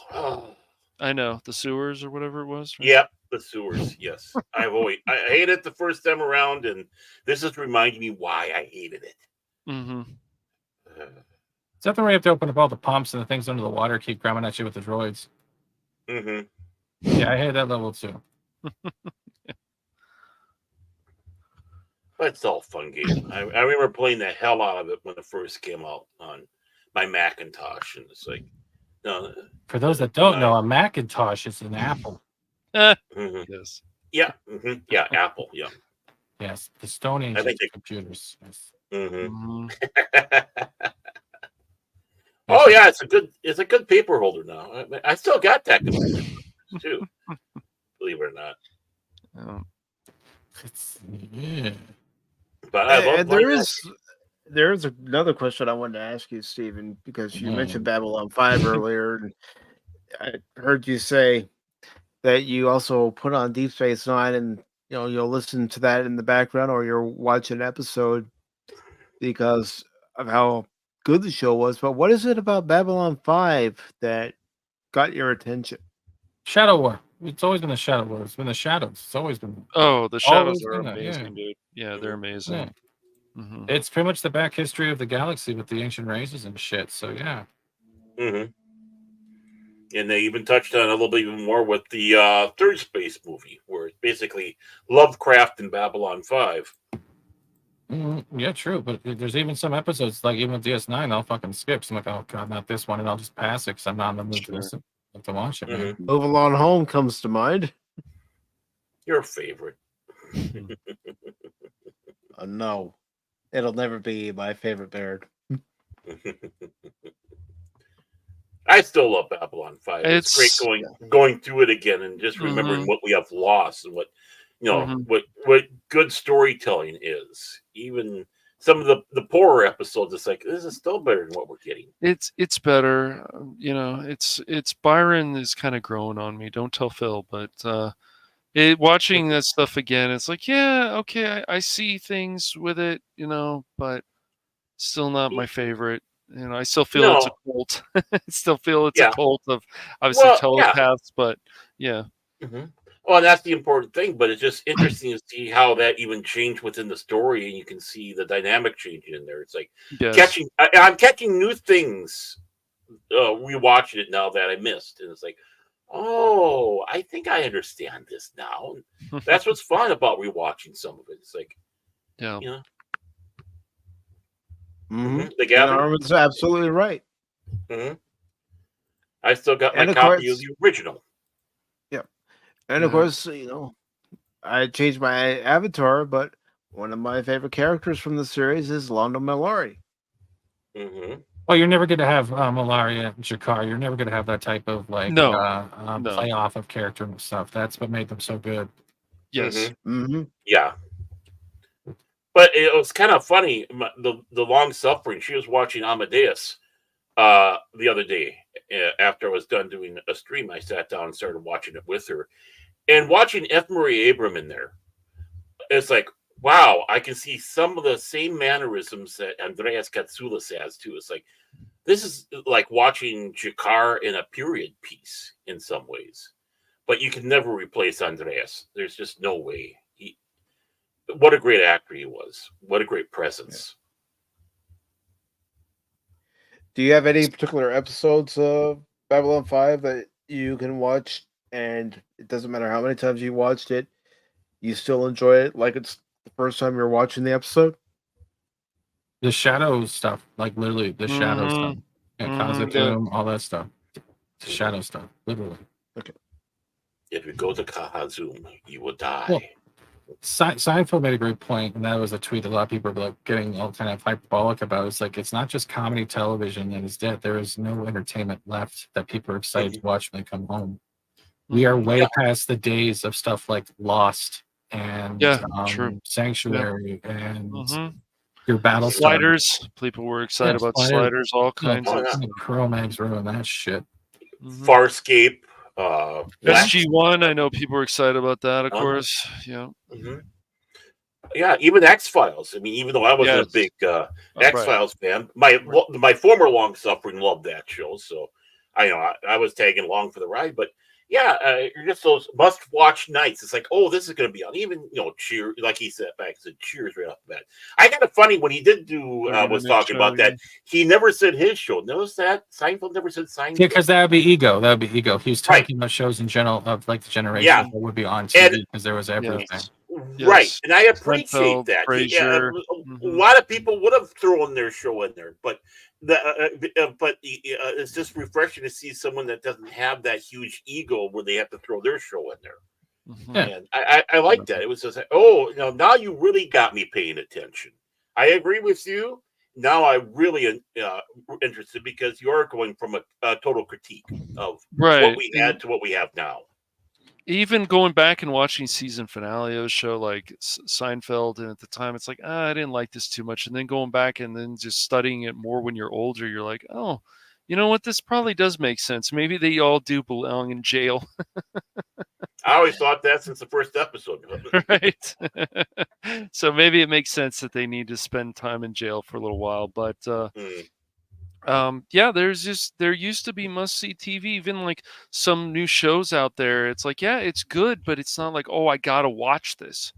This is the time I've got to watch this. But and you know what? Arwen's bringing up Battlestar Galactica. I don't care if it's the original 78 version or if it's the reboot that came out in 2003. I can watch it. See, I never liked the 2003, but I can understand it. Yeah. I can understand it. It's like, okay, I can understand you liking it. And again, it comes down to just because it's not my thing doesn't mean it's inherently bad. Right. It's just not my thing. Yep. Same thing with like Deep Space Nine, like that first season. I was like, when it first aired, I was like, my brother and I were like, I'm done with this show. And when I was going back and Crit was showing me it, and I'm like, you know what? I'm starting to like these characters more. And I think you just have to get into the next season, and then things start picking up. Like Mike has said, like I've told you, Cash, many times. Get to the second season. It's in the middle of that second season, the show, in my opinion, starts gaining its traction. Right. Exactly. And, sometimes you got to stick around. Just like the first season of Next Generation, and even into the second season. It's slow. It's slow. It took a bit to get there. It doesn't mean there weren't good episodes there. No. There were But overall, it's like, it's kind of lackluster. It's not like the original Star Trek where, you had more memorable episodes in grabbing you more than what they had there. But I mean, even stuff, newer things that some of us watch, like Picard season 3, like, it was like, well, I tried to like this, but there's just a lot of things I do not like about this show. Well, there's something wrong with you. Obviously, there's something wrong with you, Shinkar. No, I told you guys why I watched Picard season 3, and I'm going to let Steven know. I wanted to form my own opinion. I didn't want to go based on the opinion of others, whether it be on social media, whether it be on YouTube, wherever that information was coming from. I wanted to be able to form my own opinion. Now, Steven, I know you liked season 3 of Picard. I did. Not all of it, but it was the closest to TNG we got. But I like TNG, but I still prefer DS9 more. DS9 was the pinnacle of how Trek could come together without having to actually go out and explore. Kurtzman, Trek, and everything else pretty much turned Trek into the Dominion, the Starfleet into the Dominion, and Discovery turned it into virtue signaling, and then we had what was the one? Strange New Worlds trying to grasp a generational thing as a prequel, but didn't understand why the generational thing was so popular. There is no creativity. It is only action sequences with a filter done by Marvel. That is the problem with Shrek. It is not about boldly going and exploring. It is literally about feelings, crying, feelings, explosions, and not everything was a battle. Especially when it comes to Trek, when you're explorers, that's the whole thing. They're it was a Galaxy class starship, the Enterprise. They were Constitution class. They were that too. They were exploring strange new worlds. It wasn't about conflict. It wasn't about this or that. It was literally about branching and creating bonds between new worlds, respecting and understanding new civilizations, and not interfering with primitive ones. We don't have that anymore. And that's why it's been warped into this weird fucking platform. Because if you look at the way Treks have gone now, and you look at the way shit happens on fucking Twitter, you can see the mindset where it is. No, it's the same mindset. I agree. Disregard history, bury and pretend that only ideologies matter. And you're either on this side of the fucking Trek or you're on that side of the fucking Trek. There is no in between. And people are not happy with that because and then when they don't succeed, it's the fans' fault because you delivered shit. Why don't you want to eat my shit? Well, I prefer food. No, you should eat my shit. I'm not going to eat your shit. Then you're just a racist. What? Because I don't want to eat your shit? Yes. Well, that's where we are now. You can apply this to Disney too, like trying to push these ideologies and going from apolitical, standing to, all right, let's go with this way. Let's go with that way. And we can all blame the activists in the day because that is true, but the corporation's allowed to happen. The same as Sweet Baby Inc. It doesn't matter anymore. This is where they're pushing because they think the money is there because you know what they're paying attention to is the loudest people out in the fucking world rather than the most intelligent, which are usually the ones that are quiet and knowing not to get involved unless it reaches a point where they have to go, you're a moron. And the funny thing is, when you call them a moron with logic, what do? They just attack you with stuff. They attack, they block, they report, or they pretend you don't exist and call you names. Right. Oh, I'm not going to read all that you wrote, but you're a moron. And they'll say crap like that, and it's like, oh, really? You're not even interested in hearing what I have to say about this or my critique? I'm not even attacking anyone. I'm just sitting back saying, this is why. They can't. People get mad at you even on Discord. Like, it doesn't matter where it is. It could be a comment section, it could be anything. I just, people can tell me 100 times that, like, even Star Wars is going in some good direction. I'm like, have you watched Ahsoka? How does Ahsoka make sense when they change stuff from Rebels to Ahsoka, and they made it where Sabine actually is force sensitive? It doesn't make any sense. It does not make logical sense, but they don't care. And so all this more goofiness. I still feel like The Mandalorian season 1 and even Andor make more sense with Disney Star Wars than a lot of this other stuff. And people get mad at you for liking Andor. It doesn't matter. It's just whatever. Well, but yeah. See, your problem is, Cash, is you weren't there in the episode where Oprah walked on and goes, "You're force sensitive. You're force sensitive. You're force. You're all force sensitive." Right, So you missed that episode. So it's just everybody has to be everything. They've done this with CW shows. Even when they have these good ideas, they just continue to be like, no, that we have to go into politics. We have to change the characters. They have to whine. They have to do this. Like, no, they don't. You guys had something here, and then you changed it, and you didn't need to. And it's always the same. Well, again, going back with Star Trek, you know where you stand when even Paramount goes out and puts a release, and they're sitting back saying the infamous Captain Kirk. No, Captain Kirk is not infamous. That means that's not a good thing. Right. When you call somebody infamous, it's not a good thing. Khan is infamous. Kor and Kang are, well, not necessarily and Kang, Koloff. but Kor. Yeah, Koloff. They're infamous, but not Kirk. So when they put Kirk in that category, you can see where they're going. And then the lie where they sit back and say, well, Star Trek has always been SJW. It's like, no, Star Trek was never social justice. It was social awareness. Two different creatures. Right. Just because you have the word social in it doesn't mean that they necessarily go hand in hand. But you can't get that through people's mind. No. And Arwen, you're absolutely right. He's legendary. Yeah. But again, that's Paramount when they treat their own property that way.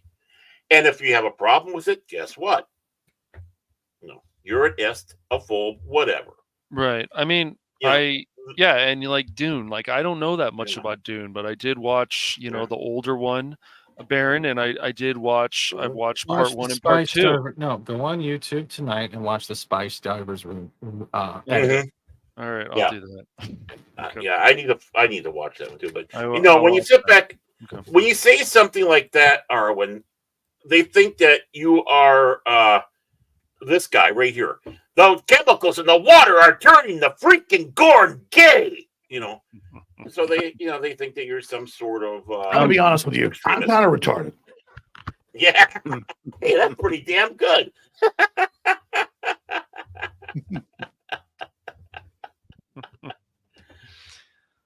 But that's how they treat you.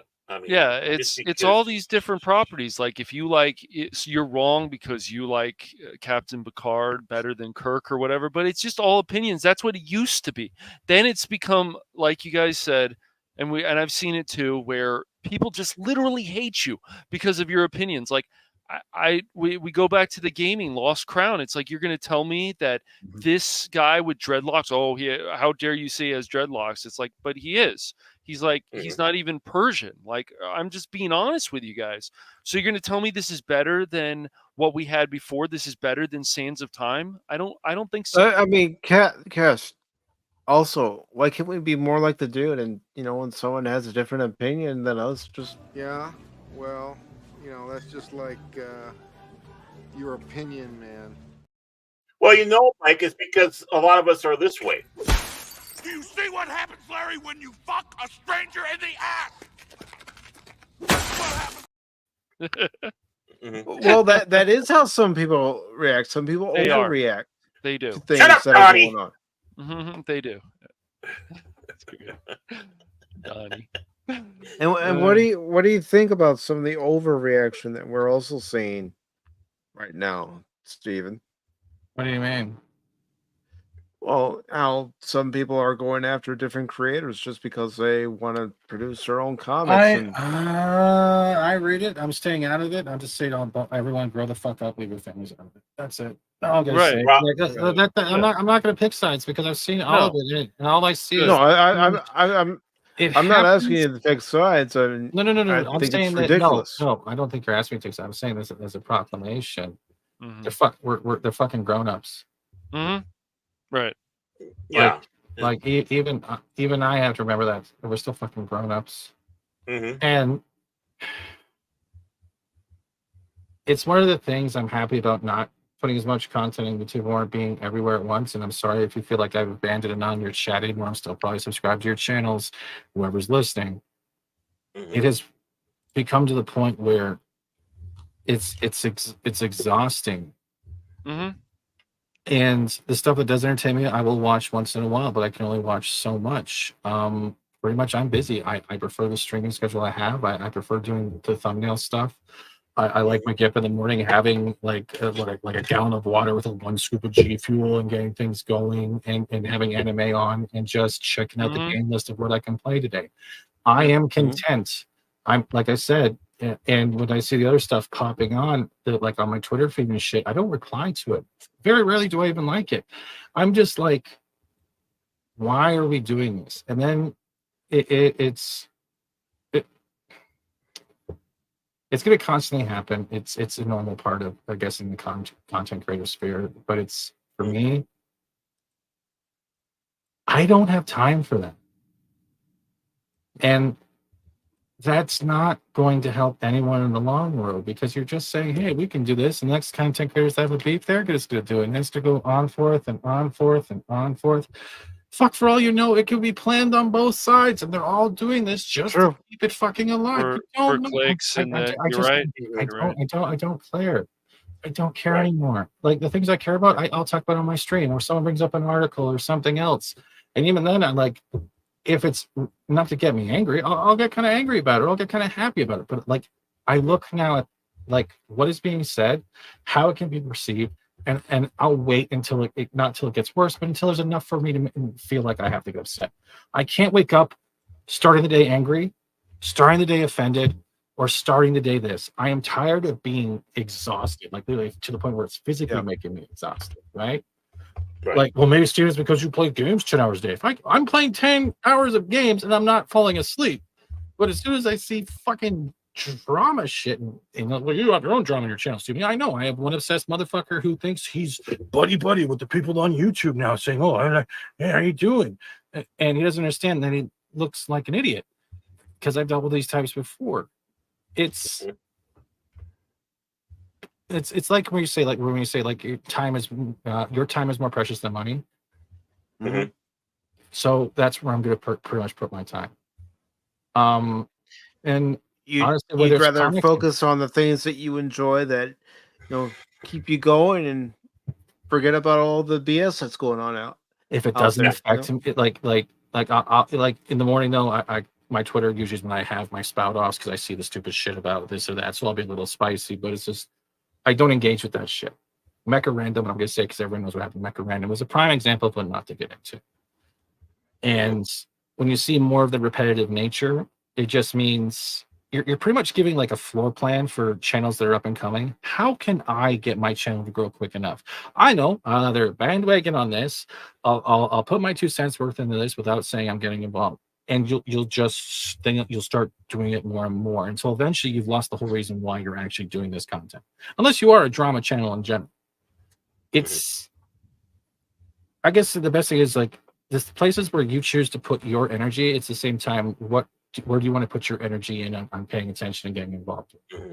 I'll say this right now. I am sick of campus protesters. I'm going to leave it like that so no one gets in trouble. I am sick of ideology mentalities being pushed. I'm sick of my liberal government.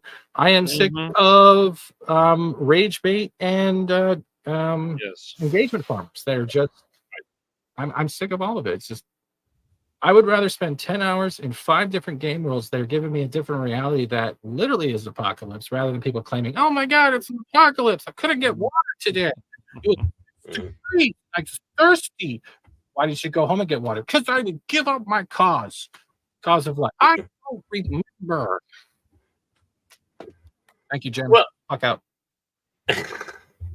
Well, I mean that's the one thing too is sometimes they come after you and attack you because you like a particular franchise or such. I mean, look at the fans of Warhammer 40K and how they are attacked as ists and such because they like this universe. It's like, Warhammer's fucked. no, It Yeah, is a lot of fun. exactly, and that do Do Custo Tino's make good sandwiches, by the way? I don't know. Do they? I don't know.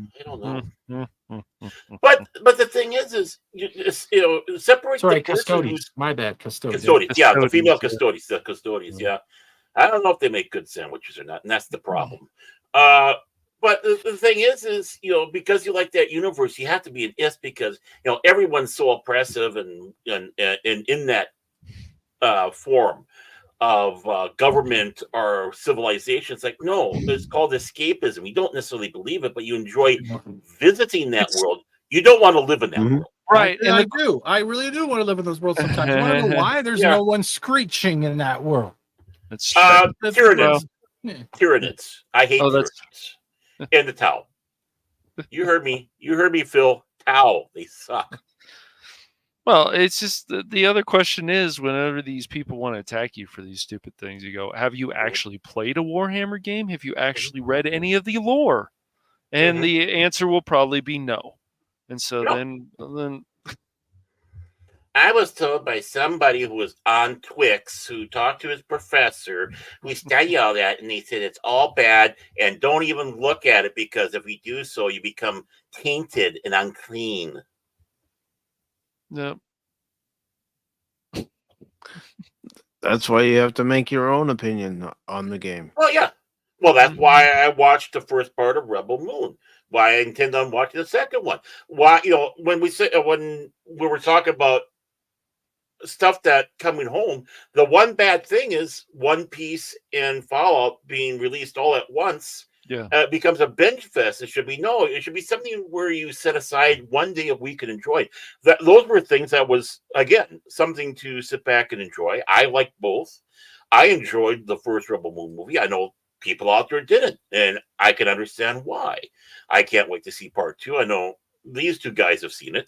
I've heard their opinions, and and it's like, okay, yeah, I mean, I'll take that into consideration. And I know Zack Snyder's record on making films and how he does it. But that's the thing. Make your own opinion. Go and read something or learn about something a little bit more because it might not be what you're being told. It goes into games as well. It's like, oh, you like that game? It's a horrible game because you do that. You must obviously be sympathetic to these bad people. Yeah, that's always funny. Yeah. Oh, I know. I love that. It's like, oh, yeah. And while they're trying to turn around and turn bad people sympathetic in our other medias out there, Well, that's why it's really not that bad. He's a troubled soul. even your own entertainment, the Mary Sue, the gamers sometimes, but even if you read their other articles lately, they're not going at people and lecturing people as much anymore. So that's weird. Maybe because not as much. They're still going to embarrass themselves, just like PC Gamer, the stuff we brought up with Sweet Baby Stinkalink. I mean, it's easy to make fun of this stuff because it's just like, and then when people tell you, oh, I really enjoyed Spider-Man 2. Well, I think your opinion is blah, blah. Well, that's great. You can think all you want. But what we found out recently about that game is, guess what? The game was over budget. Oops. And it was bored with the first one. I have the first one. Was bored with Ragnarok as well. You were bored with Ragnarok. Okay. Yeah. Oh, really? Yeah. Yep. And that happens. Right. You want to know why I like Alan Wake too? Because I understood what they were trying to do. Secondly, it had Control in it as well because it's all the same Remedy universe. Quantum Break, Control, Alan Wake. So it was connected to the DLC from Control, and I'm waiting for Control 2 if there's ever going to be one. That's where I was like, all right, cool, I get it. And at one level, that's like literally a rock sonata. People are missing out on, and it's fucking awesome. Yeah, Quantum Break, I think it's a good game. I think with the TV and then playing the gameplay, like it actually works. I think it's just a solid game. I think Control's a good game. I think the first Alan Wake has a good story. I haven't played 2 yet, so maybe I'll get to it sometime. Remnant 2 was good too. Now, yeah, this is honestly, I don't know where it feels like it's being the dead horse. It's just I'm tired of the if you like it, this isn't a personal attack on you if I don't. Like that shit. This is supposed to be a bitch fest because it's not a bitch fest. This is a common conversation. Whoever's listening, whoever listens on repeat, this has been going on for years now, and it's so stupid that we have to pay this dissertation or like parental advisory or warning. Someone might not like what I'm going to fucking say, like the real world. Yeah, your discretion is advised. Yep. By the way, my balls have hair on them. Like I don't need to do this. I mean, my name is. I know what you mean. I wish I didn't have to have the disclaimer and warning, but it's something I put on 2 years ago, and I don't like it. I wish I could come on here and we all could come on here. I don't say what's on our. Well, you put it on there because let's be honest. But say what's on our mind, and people either agree or disagree, and those who disagree move on. But people aren't capable of moving on anymore. They get butthurt over the littlest things. They get worked up over the littlest things. Yes. Right. It's gone to we agree to disagree, and I can understand why you don't like it too. I want validation. Yeah. Validate me. I like it, so you gotta like it. You gotta respect my opinion and validate me. It's like, why do I need to I'll concede that it's your opinion, and I'll respect that you have that opinion, but I'm not necessarily gonna, give you validation, all that. Enjoy it. Yeah, it doesn't matter if it's a TV show, a game, whatever. It's like I always like to ask those questions, like, why are people excited about this character or whatever? Like, it just seems funny to me, and people get so mad at you even asking those questions, because how dare you ask any kind of question that doesn't fit their so-called narrative that they think in their minds. Right. Every time. So. No matter what, though, you're still wrong, Cash. Right, you too, Baron. If you're white, you're wrong. If that's you're right. A white man, you're more wrong. Okay? Well, that's okay. Cash is really an AI. That's the mindset nowadays. I'm sorry, there's the quiet part out loud. Oh, don't worry about it, because folks, it has reached the time where now Pop Talk goes to Rumble for the third hour. I have included third hour. It's been Rumble. 3 hours worth? Yeah. Yes. God, what's wrong with my life? You said just to come here. That's what it was. we do invite each and every one of you who are watching us right now to join us over on the Rumble side. And before we leave the YouTube side, I do want to thank those of you who stopped by. We had Phil McCracken. My nipples look like milk duds. The fuck. I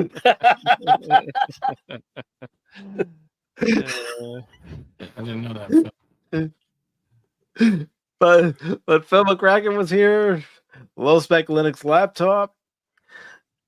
Arwin Avalon, thank you, Arwin. DJ Ronnie G, thank you for the member chat. Really appreciate it, brother. Yes. Yes. Nerd. Leia Rose. Wolverine. Even you, Carl. Apollome's Minion. Yeah, he did. We also had Tim, also known as FKHC 2005. T-Gap Steve. DJ Yes. Ronnie G. Lady Mist. Tripping Orc. Decepticons Cave of Collectibles. I was about to call him by his old name. Comics and Toys. Apollome's Minion. Anonymous. Nighthawk. Irate Specialist. Good to see you, Irate. Tim's Talk. Get back to work. And good to see more.